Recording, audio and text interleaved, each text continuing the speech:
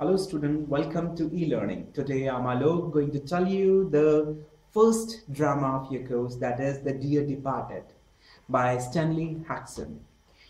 The play throws light on the increasing trend of living elderly and abandoned, neglected person.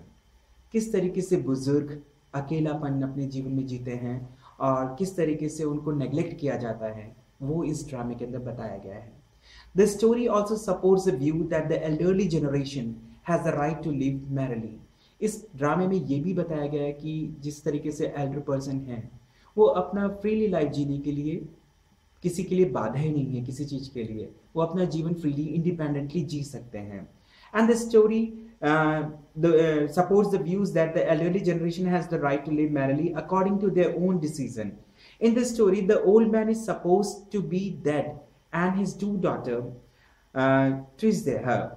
And the old man repairs come to know the situation and clarifies his side that he want to get remarried and resettle in his life.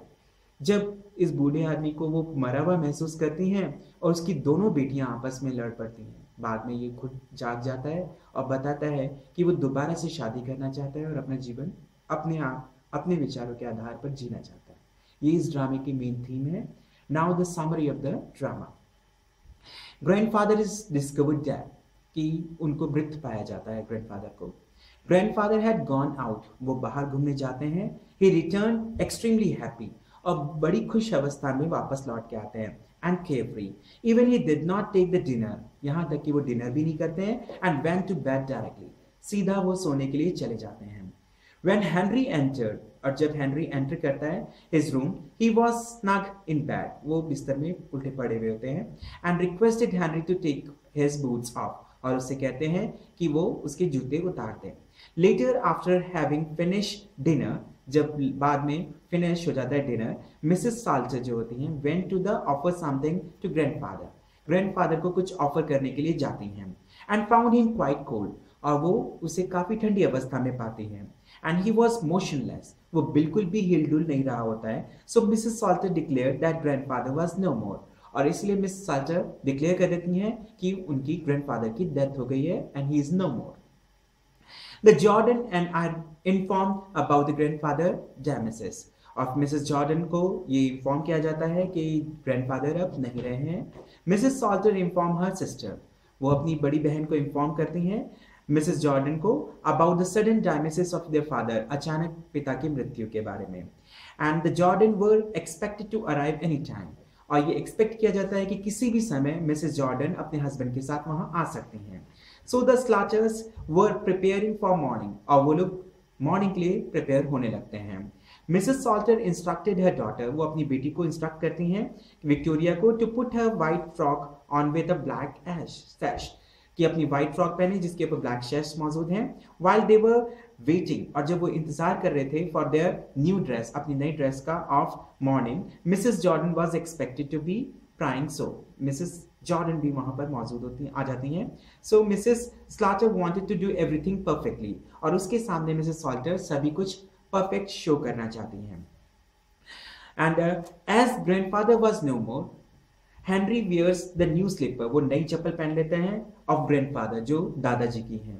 And additionally they fetch his new bureau and the clock from his room upstair, और उसके room से उसकी watch को लेकर वो ऊपर चले जाते हैं. Although Victoria consider it all as pinching, हालांकि विक्टोरिया को ये सब चीजें अच्छी नहीं लगती.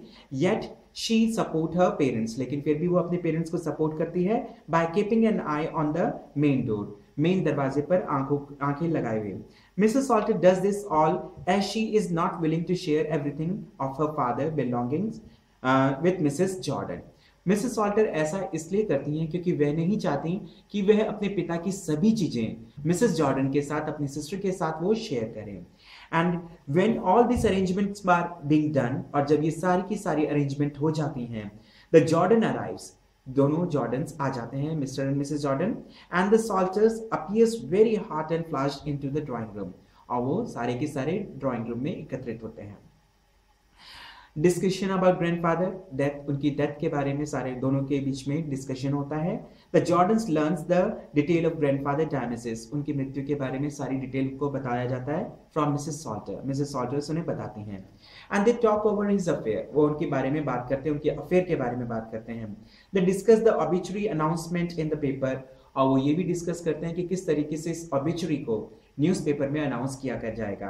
And the insurance premium payment, और इंश्योरेंस के जो पेमेंट हैं वो कैसे किए जाएंगे। एंड ड्यूरिंग दिस कन्वर्सेशन, और इसी बातों के दौरान, the Slaters told Jordan, Slater Jordan को बताती हैं to fetch the bunch of key had bought that bureau and the classic clock at the auction, कि उसने ब्यूरो को और क्लासिक क्लॉक को ऑक्शन के लिए रख दिया है। And finally Victoria is asked to fetch the bunch of keys, और विक्टोरिया से कहा जाता है कि वो चाबियों का गुच्छा लेकर आए to the bureau to look for the insurance receipt, ताकि उसमें इंश्योरेंस की रिसिप्ट को देखा जा सके। As it might have been kept there by grandfather, क्योंकि ग्रैंडफादर ने इंश्योरेंस की रिसिप्ट को लाइब्रेरी में ही रखा था। दे हैड फर्दर डिस्कशन, इसके बाद उनका और डिस्कशन होता है over the distributions of grandfathers belonging between them, कि जो ग्रैंडफादर की चीजें हैं किस तरीके से उनके बीच में डिस्ट्रीब्यूट की जाएंगी। Grandfather is seen alive, Victoria who was being sent to grandfather's room, क्योंकि विक्टोरिया को ग्रैंडफादर के रूम में भेजा जाता है। एंड रिटर्न्स वेरी स्केयर्ड, वो काफी डरी हुई वापस लौट कर आती है। She informs everyone that grandfather is alive, और वो सबको बताती है कि ग्रैंडफादर जीवित हैं। Really grandfather is scene coming downstair, और वो भी ग्रैंडफादर को सीढ़ियों से नीचे उतरता हुआ देखते हैं।